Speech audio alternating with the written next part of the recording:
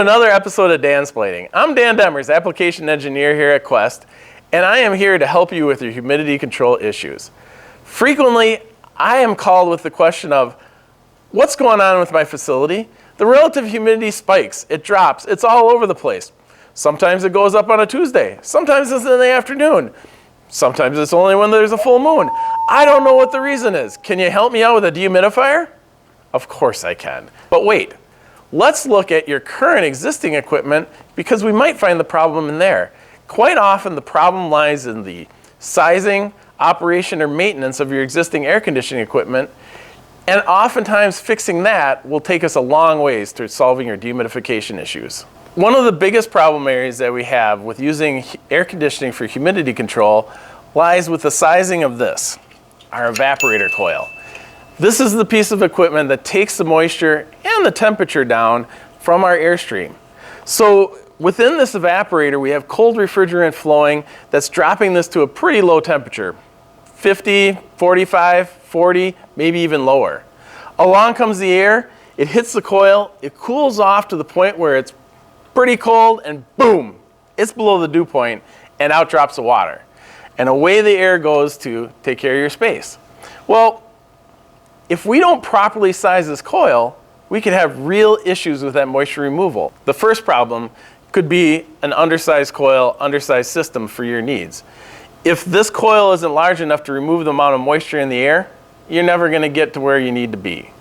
And that means you need additional capacity, either in air conditioning or a dehumidifier. Another issue that we could have is this coil could be oversized. Wait, what?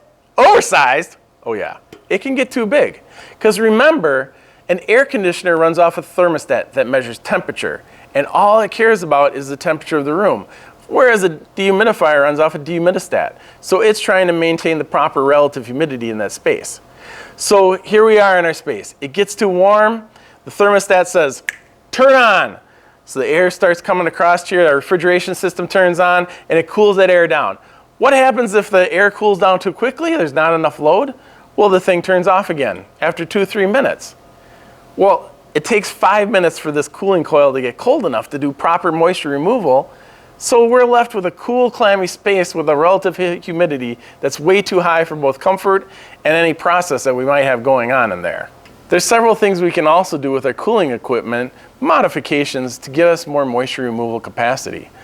One thing we can do is slow down the amount of airflow going across our coil. Essentially reduce the CFM.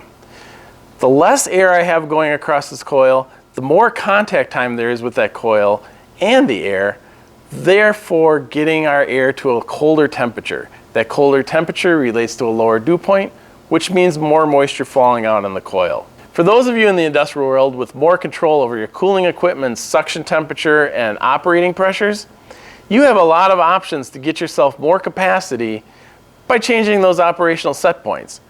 As we drop the temperature on this coil, we lose capacity, of course, back at the compressor, but we also lose capacity in the moisture removal area because we're not just condensing that water, we're freezing it too and turning it into frost, which means less energy available to remove that moisture.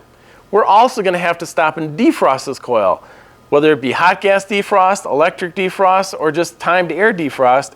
That's time away from doing what this coil is intended to do, cool off our space. So if at all possible, raise your loading dock temperature to 40 to 42 degrees. Get your cooler up in that same temperature range. That way we can do what we call run the coil wet. In other words, keep the water cascading off of it, stay out of those defrost conditions to give yourself more capacity. Thank you once again for joining me for another Dansplaining episode. I hope some of these tips and tricks helps you control the humidity issues in your facility, but if they don't, give us a call. We'll talk through your problems, see what we can find, and if a dehumidifier is what you need, we happen to make them. Thank you. All right. Thank you. Turn that fire off.